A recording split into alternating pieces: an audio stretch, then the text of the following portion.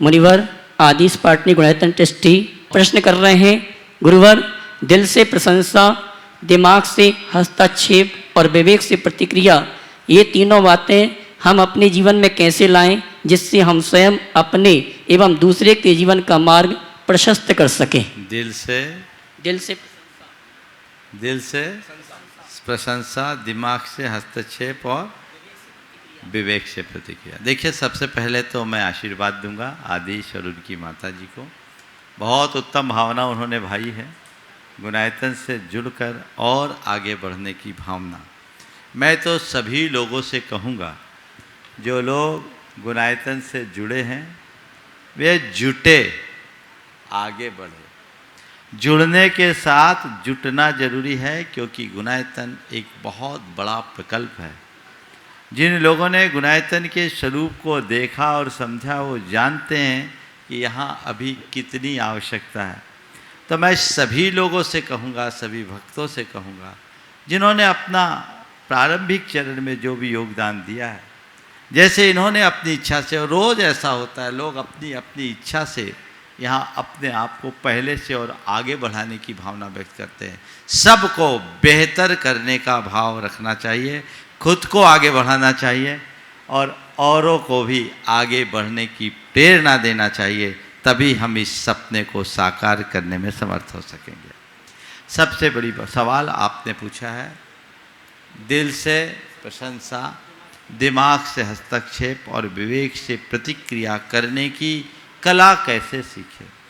देखिए, जब हमारा दिल किसी से मिल जाता है तो स्वाभाविक तौर पर उसके प्रति अच्छे भाव होते हैं और उसकी प्रशंसा हमारे मुख से होती है। हम उसकी निंदा करते हैं जिसके लिए हमारे दिल में जगह नहीं होती। हम हृदय सदैव उसके गीत गाते हैं जिसको हम अपने हृदय में बिठा पाते हैं। तो दिल मिले ऐसा काम करो, दिल टूटे वैसा काम न करो। पहली बात तो दिल से प्रशंसा दिल के मिलने पर ही होगी, अन्यथा नहीं। दिमाग से हस्तक्षेप, ऐसे हस्तक्षेप बहुत अच्छी बात नहीं मानी जाती। इंटरफेरेंस कोई पसंद नहीं करता, लेकिन हमें उतना ही और वहीं इंटरफेयर करना चाहिए, हस्तक्षेप करना चाहिए जहां उसकी आवश्यकता है।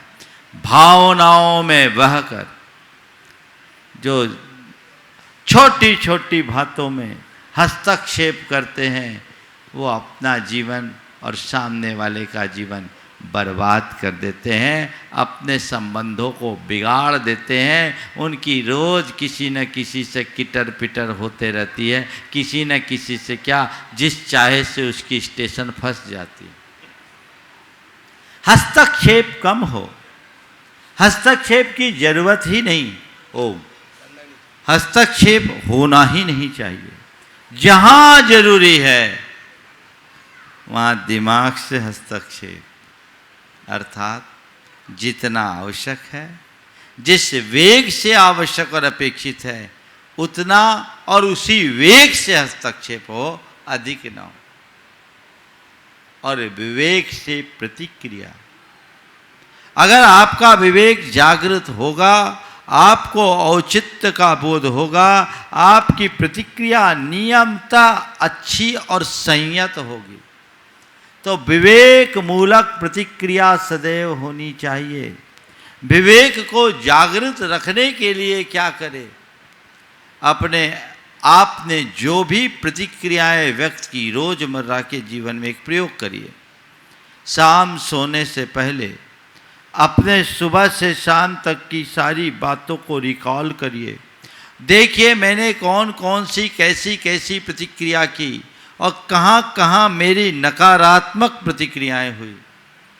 जहाँ जहाँ नकारात्मक प्रतिक्रिया प्रतीत हो, तय करो अब कभी ऐसी सिचुएशन आएगी तो मैं ऐसी प्रतिक्रिया नहीं दूंगा, मुझे विवेक से प्रतिक्रिया करना है। आज के बाद मैं इस तरह की प्रतिक्रिया नहीं करूंगा। ऐसी सोच बना लोगे तो धीरे धीरे आपका विवेक जागृत होगा और आप अपना पथ प्रशस्त कर सकोगे।